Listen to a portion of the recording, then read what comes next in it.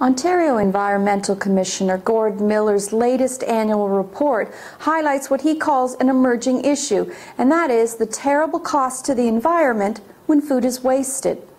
You address this issue in your report, and you say that more needs to be done at every level of the food stage. What are some of the more obvious things that could be done relatively easily or should be done right now to deal with this issue? Well, there's a range of things at various stages in the chain.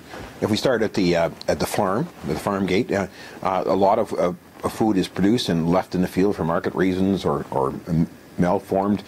We could encourage what they call gleaning, which is, if that food's not going to be harvested by the farmer, other people can come in and get it. Or if it is harvested and found to be, for some reason, aesthetically substandard, it could be donated to food banks, and we could give tax benefits to farmers for that kind of activity. All the way up on the other end of the chain, there's a whole lot of public education that has to happen. I think one of the most misleading things is these dates that we see on foodstuffs in the supermarkets, best before. Some of them are just shelving marketing things. They don't really relate to the quality of the food. So they're signals to the supermarket, as you were, to see when they should do things with the stuff on the shelves. Whereas consumers get that and they see a date and they say, oh my gosh, it's passed, I better throw it out. And in many cases, that's very misleading. There's nothing wrong with the food in terms of it being consumed. So that's just really a public education thing.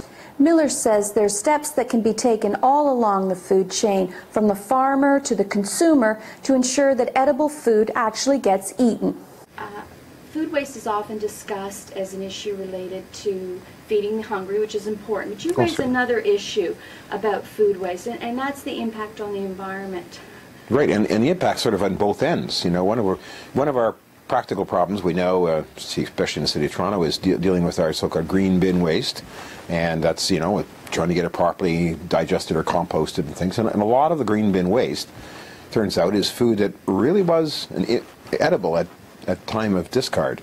And so that's sort of one practical problem. But way at the other end of the chain, if you look at the production of food, in whether it's Ontario or in another country, there's a tremendous amount of water, energy, nutrients, and inputs into this, and they result in huge emissions of greenhouse gas in growing, cultivating, cleaning up, manufacturing, packaging, and transporting the food. So when for every kilogram of food that we waste in our houses, it represents several kilograms that were loaded into the system. There are all sorts of inputs of water and energy, and from an agricultural land base, which is limited, quite frankly, and with the population of the world being so large. So there are huge repercussions in terms of wasting food, far larger than the obvious one of that's an unfortunate waste of food you're throwing out.